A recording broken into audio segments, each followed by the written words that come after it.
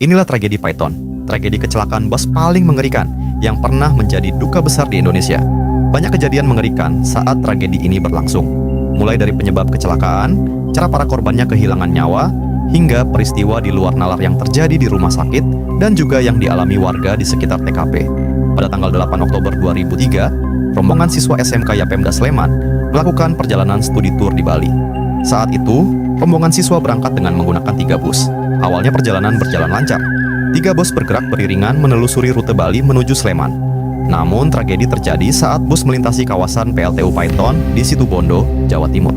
Bus ketiga yang berada di posisi paling belakang terpisah dari 2 bus lainnya. Nahas, saat melewati tanjakan di Jalan Raya Surabaya Banyuwangi, sebuah truk kontainer tiba-tiba memotong jalur dan menabrak bagian depan bus. Kondisi diperparah saat sebuah truk Troton menabrak bagian belakang bus. Hingga akhirnya bus ringsek dan terjepit di antara 2 truk besar. Percikan api tiba-tiba muncul akibat kebocoran bahan bakar. Para korban di dalam bus yang sebenarnya selamat kini terjebak di tengah kobaran api. Mereka berusaha menyelamatkan diri ke arah pintu belakang bus. Namun, pintu tak bisa dibuka karena terhimpit truk Troton. Selain itu, tak ada alat pemecah kaca yang tersedia di dalam bus.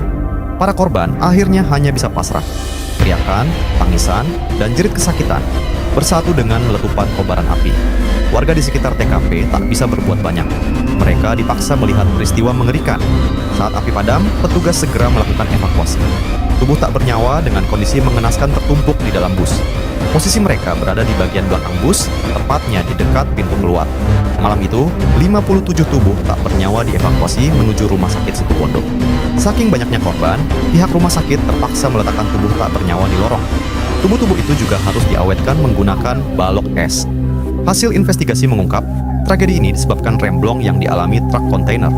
Total ada 54 siswa, 2 guru, dan 1 pemandu wisata yang kehilangan nyawa.